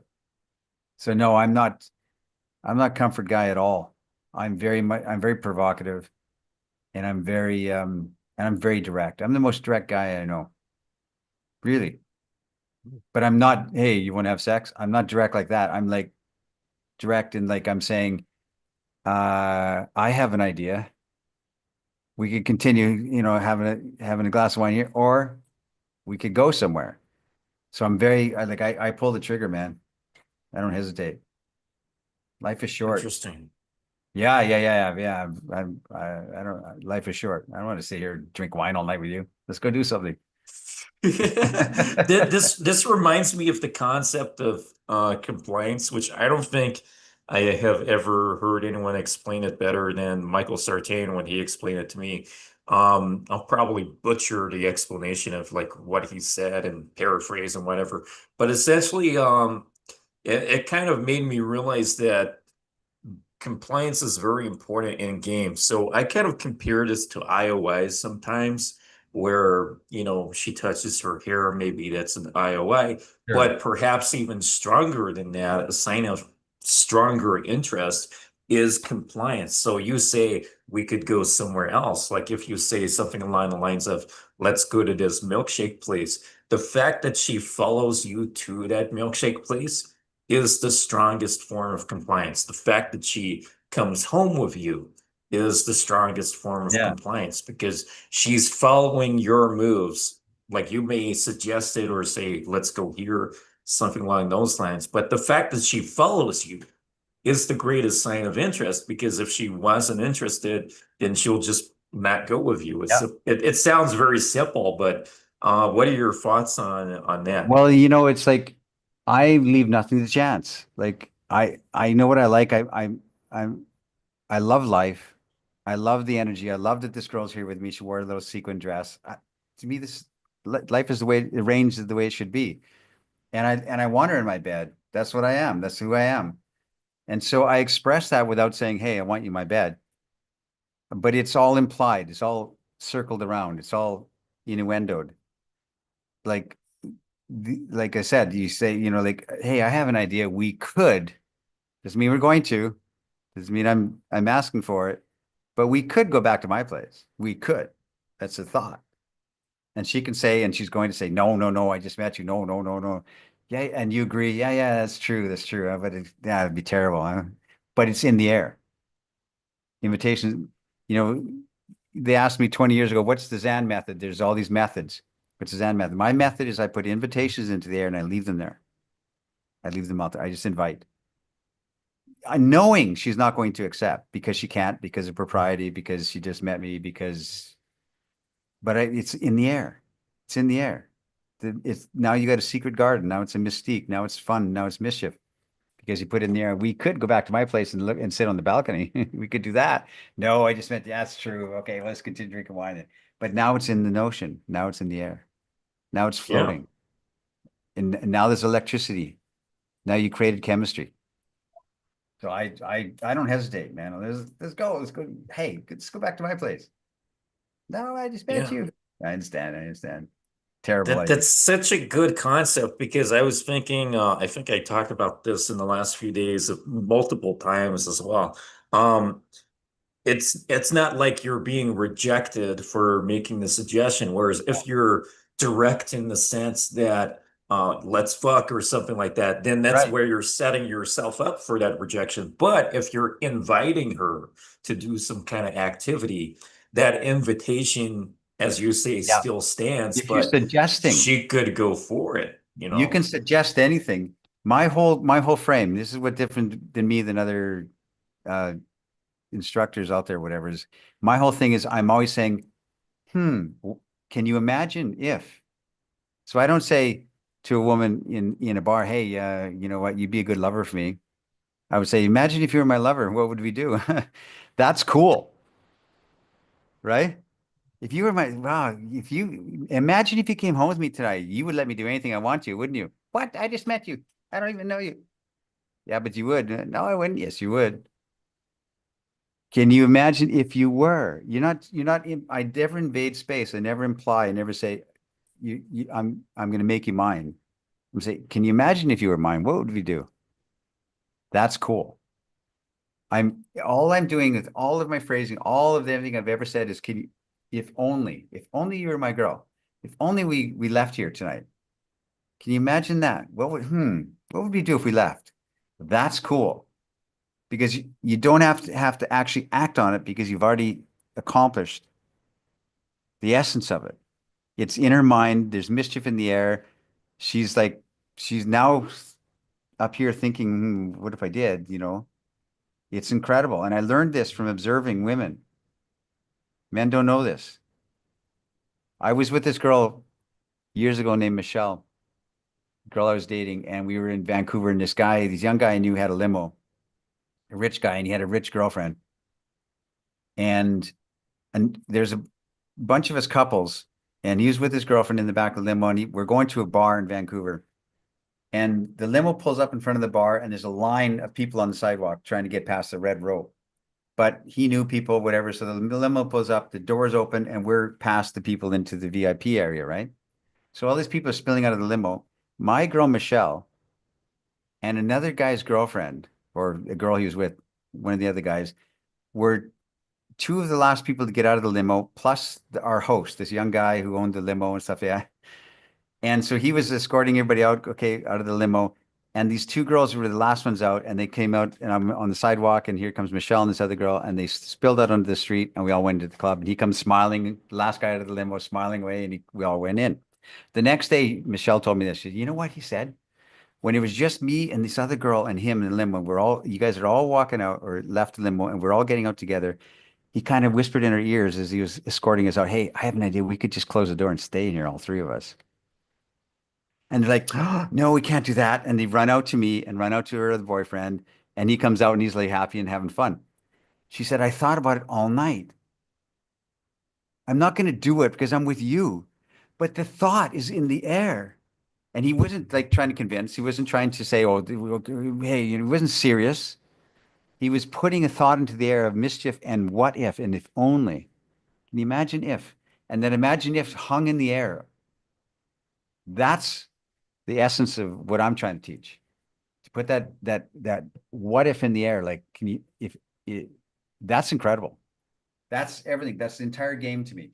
There's no it's her being invited into mischief and to play, and she has to be a willing participant. No convincing, no trying to get her drunk, no trying to game her, no trying to manipulate her, no trying to like lead her on in any way. It's just invitation to magic in between. And you want to be involved because women want to be involved. They want this.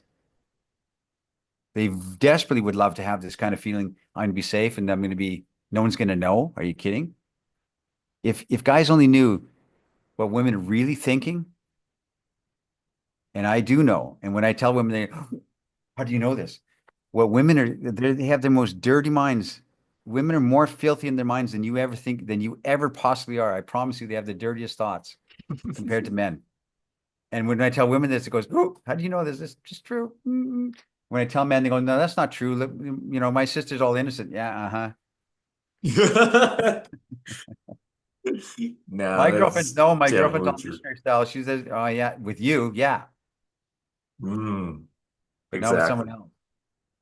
So when you realize this, that women have if women had this assurance that they're going to be safe, no one's ever going to know.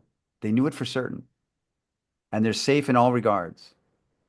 And you'd be shocked what they would do. Men don't believe me when I tell them this. You would be shocked what they would do if nobody's going to know. Their coworkers aren't going to find out. Her sister, her mother, her friends are never going to find out. And I'm going to be safe. You would be shocked what women would do. Shocked. Nobody knows this. Mm. Men don't I know this. I learned that pretty early on when I was into this particular woman, and she was like the most innocent woman I could Yeah. imagine. But then turns out she wasn't that innocent because That's she correct. did something with another guy, and then that you get to see these examples happen when you're really into that. And then that one woman, that one example just completely smashed the idea of everyone's innocent because obviously it was no longer true. It was proven wrong. So yeah, that's Yeah, completely all those women that are, like floating like a lotus flower, butterflies, namaste, I feel you. They're the dirtiest, man. I know this. I'll just say it. no, that makes a lot You of know what? sense. In There's the presence never of somebody like me, they have permission to be that, because uh, I recognize the way they really are. And when they know that you know the secret of them, the way they're really thinking, around you, they let everything go. They're just like, there's the concept that I came up with years ago, the man who doesn't count. There's men who do not count. They mm, just, they're, they don't have to date three times to get in bed. They're allowed immediate access because they don't judge, number one. If a woman feels like you're going to judge him or tell your friends or kiss and tell and this kind of stuff, they don't judge, and they know the secrets of women, that women are really, really dirty, um, sexually charged all the time. If you know this, and they know that about you, you're in. you know. There was this woman I worked with who acted like such a princess. Like you would think like she's such a princess, a delicate little All careful flower. around her. And then, she messages me, wants to go out with me. She had a boyfriend too at the time. Now she has her own family, but yeah, she ended up cheating on her boyfriend by being with me. And literally at work, I got an article Which that explains a little bit about this coming out in 2 weeks. But at work, because we work together, she literally grabbed my ass in front of other coworkers. But other times she would just like act like a complete princess. So it's yeah, another those example those that comes to princess, mind. those innocent butterflies. No, Yeah. no, no, no. And when you know that, and they know, they're like, "Oh, really? You know about me? Yeah, I know everything about you, girl." And when we did hang out with each other after work, like she went into a lingerie store and then like tried to open the changing room door, which was locked because they don't want people fucking in there. So like she literally wanted to take Yeah. me to a lingerie store into a changing room to do some dirty stuff. And that same woman. So it's the craziest thing. Yeah, But good yeah, for speak them, you know. Like this is a key thing. This is huge, and nobody knows this. I don't know any men that really know this. There's a subset of men, a small percentage of men that know this about women and don't judge them as being easy or loose, or they really like them. They think they're good people. And and in the presence of that, women are completely wide open and felt empathetic. Incredible. There's a small subset of men that don't judge women. They don't judge them as being like, ah, she was too easy. She got in my bed. Um, yeah, that's a whole new subject, but it's interesting, but it's real. It's real. And those guys get a free pass. Those are the men who do not count. They don't count. So you ask a woman how many men she has sex with, she says eight. What about that one guy that didn't count? It doesn't count. What I about that heard one other time? people explain like these women have rules for like maybe they're in a relationship with a particular guy. They have rules for that guy, but they don't have rules for the other guy. Correct. That is correct. And it's real. Like, It's yes, real. she I've have observed it has all my life. rules. Yes, she has rules, but those rules apply to you, not to the other guy. That's correct. She'll missionary style with you, but not the other guys.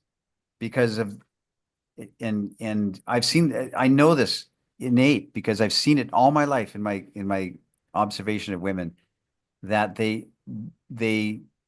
most guys have to go through the proper channels and the fences and date three times and prove your worth and show me,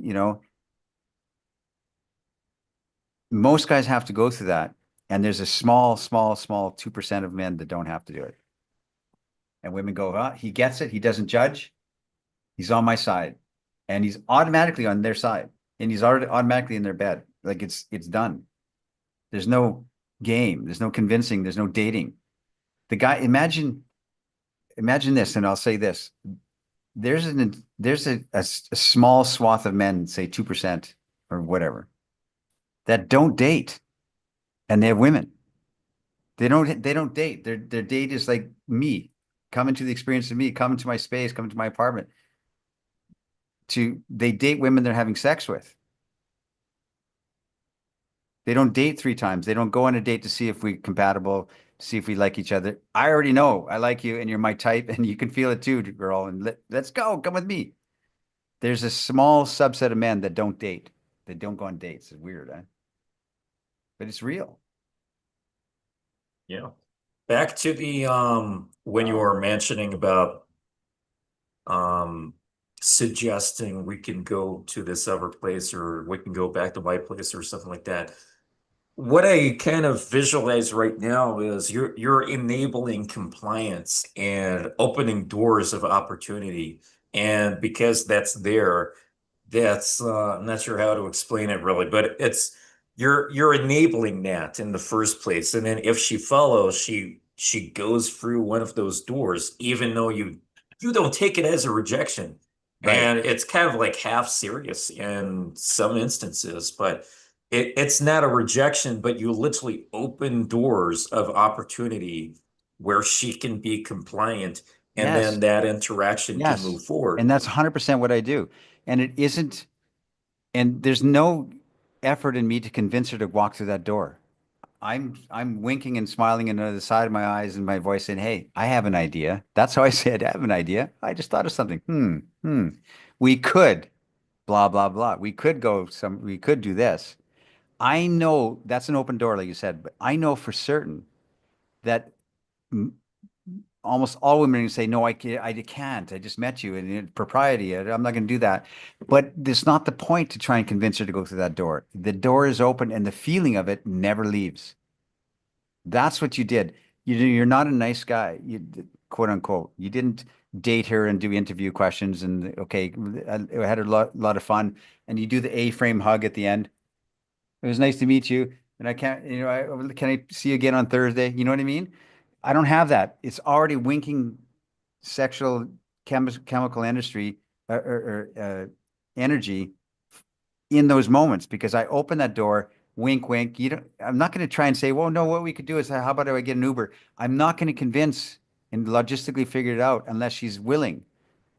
But I'm going to put it into the air, knowing that she's going to say, no, I can't. But now for the rest of the date, for the rest of the time you ever see her in your life, that's magically in the air. Like the guy coming out of the limo, he knows those two girls are not going to stay in the limo and have sex with him in the limo and leave us behind. He knows that, but he put it in the air. And those women can't stop. Michelle, my girl, could not stop thinking about that invitation.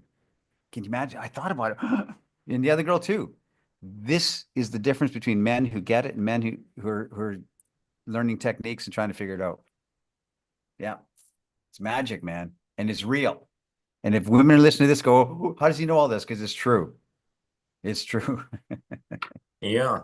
I just want to emphasize to the guys watching how different that is. Like you're testing in a way for compliance or that kind of thing. Whereas the whatever guys will do is they'll simply see something along the lines of or like let's fuck or you want to come back Yeah, to my place and then they'll handle that as a rejection. It's like treated in black and white where it's either a yes or no and then oh okay that they opportunity is rejected my burned offer. now.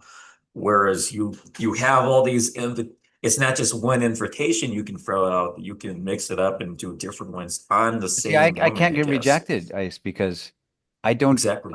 I don't say anything on the level that can be rejected. I say, I've what can you imagine if we went home to my place tonight? You can't reject that. You So don't I can't, set yourself up for I'm not rejection, you set saying yourself exactly. up, you set her up for opportunity. I'm couching it in a way that you can't say I reject that because I'm just saying if you say to her, I like your eyes. In your blue dress, I think you're pretty. I would like to see you again. Those are four statements I just said. Okay, my four opening statements. I like you. I like the way you look. I like your dress. I like your eyes. I would like to see you again.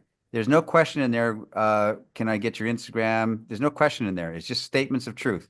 If you can say those something like that and shut up, um, she's going to either say the 80% are going to say, I can't, I'm married, I'm engaged, I have a boyfriend, I'm not available, I'm not well, I'm leaving tomorrow. But 20% will now offer you contact information because they're receptive to it. So you can't get rejected if you just speak your truth. You can. My whole training for myself was, how do I not get rejected? If I say, listen, would you like to go on a date with me? I can get rejected. She said, no, you're not my type. I don't like you. I don't want to go on a date with you. But if I say there's something about you, I would like to see you again. She can't reject that. That's truth. I would like to see you again. She can't say that's not true. You can't reject me. You can't shut me down. It's like it's the truth of the universe. I like the way you look, the way you move. I like the way your ass is shaped, and I would like to see you again. Those are statements of truth that no woman can reject. You can't get rejected. Hey, you just spoke your truth. So I learned how to not get rejected by the way I say things. So if you say, I have an idea, we could imagine in another time and place is a phrase I always use. Another time and place, you'd be my girl. Oh, you have a boyfriend. I understand. In another time and place, you would be my girl, and you can feel that, right? But you can't. You have a boyfriend, but in another time and place, you would be my girl. That's you can't say no. You can't reject it because I'm not saying it's going to happen. I'm not saying I'm going to do this. I'm not going to be disrespectful to your boyfriend or your husband. I'm not going to do that. But in another time and place, you could feel that. I'm going to let you go gently and quietly and beautifully into the night because you're my type. She's gonna walk away thinking, oh wow, I met this guy. She's gonna go home and bang her husband because of you. Yeah. You Excellent raised stuff. her energy, you made her feel seen and made her feel desired and beautiful. She can go home to her husband. Wow, I had a great experience tonight, and I love my husband. Let's go. That's that's the nature of it. That's a Mm, way of being as opposed to something you're doing. So anyway. exactly. Yeah. Perhaps one last thing. On the panel you appeared on last time, we somehow ended up on a topic of some interesting advice. Don't shower after sex because women will like detect that. So I'm not sure what question to ask, but are there like other similar things guys should know about? Because Oh, that was a pretty interesting I know thing. so many little things that old men told me over the years. And that was one of them. If you have sex in the afternoon and you can go out that night, don't shower Hmm. because women are attracted to the man that you know. Well, you can get the idea. What I know so many. I should collate a little Yeah. cribs list of. Because they're going to be so random, it's hard to like think of them off the top of Oh, I your know, but head. I know But a lot, man. I know a lot. Um, I should really start thinking about and start to write them down in a notebook or something like that because I know a lot of little things that are just like nobody knows and they make complete sense. Um, yeah, and they're cool and they're fun. I'm gonna write a little. I just we decided. should make an article on this. Like we're releasing articles on our website every single Wednesday now. And I'm just Ah, making these random articles about the most random things, like what women leave at your place after sex, like one time hair dye and stuff like that. They're always leaving hair bands, chargers, hair clips and yeah. everything like that. But it's like these are just the most random things that are kind of interesting to put into an article. I remember like these old guys telling me when I was young because I was always interested in these old codgers that told me all kinds of things like that.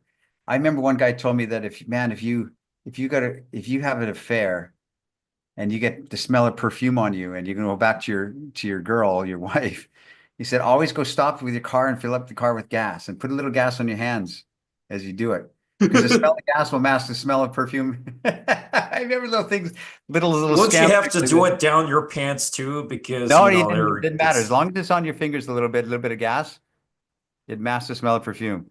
I remember this. Little crazy things that I remember back in the day hanging out with these guys in the bars, these old guys, like barfly, like Bukowski types, you know? One guy said this, don't listen to this. He said, if you put a slice of cucumber in an alcoholic drink, it masks the taste of alcohol. You can't tell there's alcohol in it. I've never acted on it or understood it, but I remember these little things that the Bukowskis I used to hang out with would tell me. Weird, man. I got a lot of those little. I remember these things because they're just like weird, man. you're so random yet so Random, interesting. random. We gotta put together put that list together and then polish it. That's gonna Uh be fun. yeah, I got a lot. I should put a list. I should start Yeah, putting they're so together this list of random. little aphorisms and things. Incredible. I You got wouldn't to be a even know like scoundrel, how to man. categorize it. Huh? You have to be a scoundrel. If you're otherwise you're just a sensitive, nice guy. The women, you're a good dater. This is the complaint of women. Men are good on dates. They know how to order the menu, but there's no mystique, there's no mystery, there's no edge in them, you know? That's why Glover's book, No More Mr. Nice Guy. This is a very real, very accurate, and very necessary book for men. So Yeah, 100%. I got no further questions. Sounds like I'm in a court or something.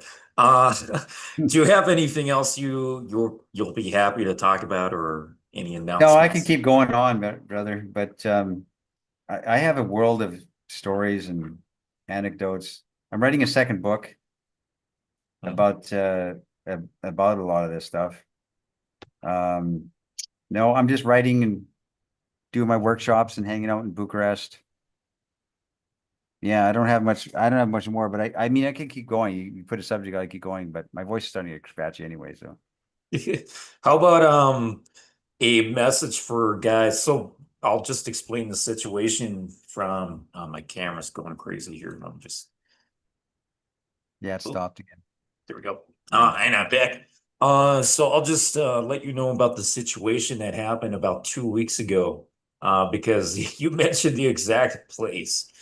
So Yeah, what in on happened? Reddit, there was a woman who posted that she got approached 11 times in a single day, by cold approachers, day gamers, or whatever. Wow. And four were on her way to work, and seven was on her way home from work, all in the same day. So that's 11. And she reported that they were basically saying the same things like, hey, I saw you over there, thought you were cute, and just want to come over and say hi, like the classic day game opener that I'm so tired of hearing. Um, what's your message for guys who are just spam approaching? This happened at Zlote Tarasy, which you mentioned having Wow, that's remarkable. stayed near.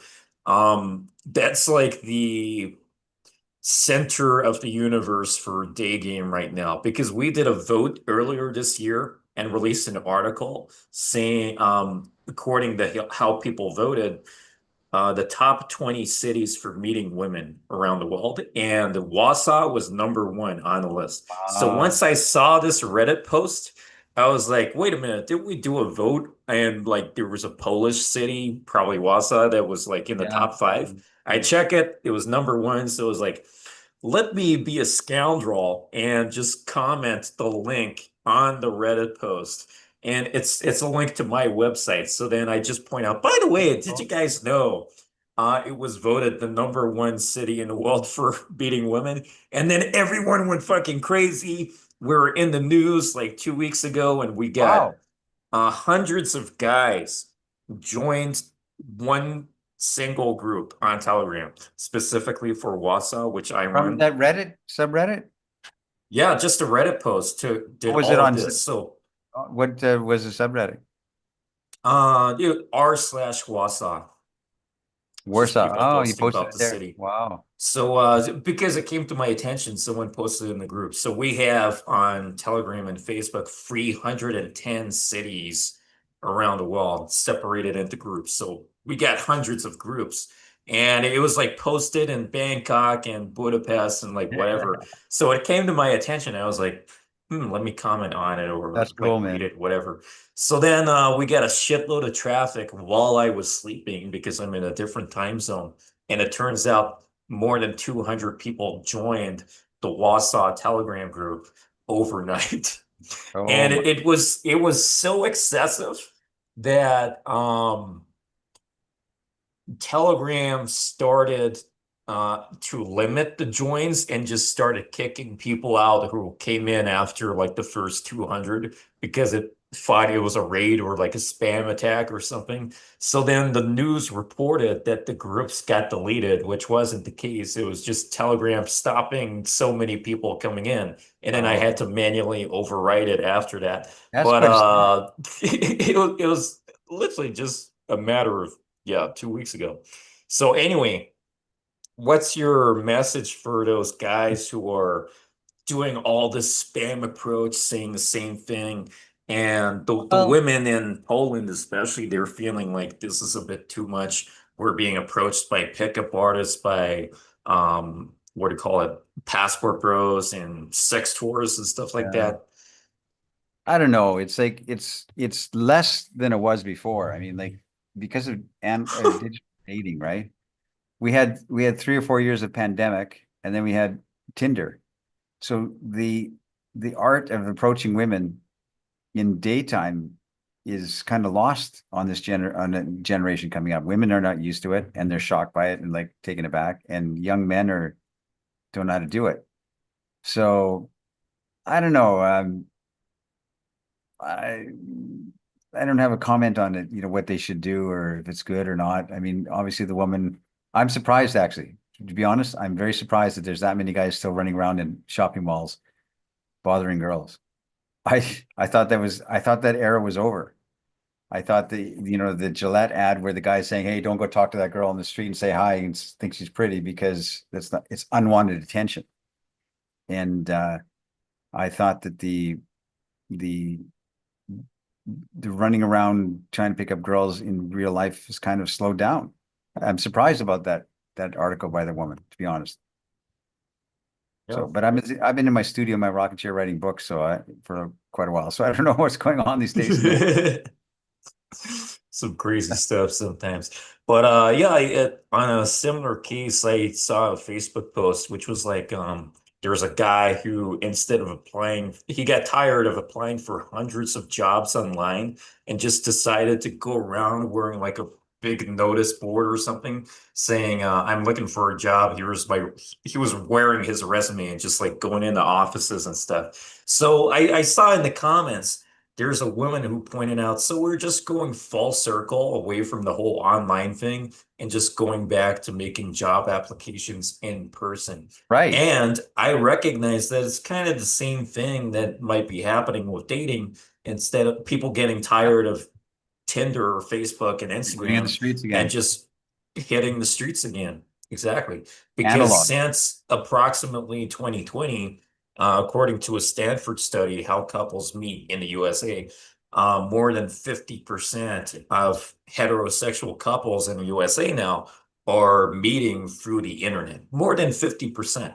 So when you see over the years, the decades that the study came from, like you would see how couples meet through university, through school, through church. It all goes down. And then since 1995, the internet just like goes up. And then from around 2012, it just fucking skyrockets, Right, right, right. especially after 2020. So it's got to that point where people are tired of the whole internet thing and just going back to meeting people in person. I think That, part of it, like whether it's job applications or, well, career searching or dating, woman searching, soulmate searching, hmm, I think it's kind of the same thing because there's a lot of incompetence in terms of how people are using technology. So it's like it kind of makes more sense to get back into the real world and start Yeah, having yeah. real Analog conversations dating again. instead Yeah, of like, coming back. I'm being ghosted because like maybe she's Yeah, not even looking at the app or something. So exactly. Yeah, that's one well, of those things. that's good news. Guys are getting up to strength to go on the streets again. Yeah, exactly. Alrighty, it's been amazing having you here. Is there any final thing you would want Nope. to say? Any message Uh, or Buy my book, Alabaster Girl. It's on Audible. It's on Kindle, it's on Amazon, or you can go to alabastergirl.com and I'll sign a copy and send it to you as my gift to you. Just have to pay for shipping and it's the content. That's all. perfect? Yeah, Alrighty. that's good. Thanks for having me, brother. Yeah, it's excellent talking to you because you have such a different perspective and some of the topics you have really expanded our knowledge on. It's so crazy how this Oh, man. works. Completely different, very refreshing Very to know different. this Yeah. kind of stuff. I Thanks for appreciate it. jumping on. Opportunity. Good questions too, by the way, brother. Tried my best. All Thanks. right. Bye, Catch you guys. guys on the other side. Game on.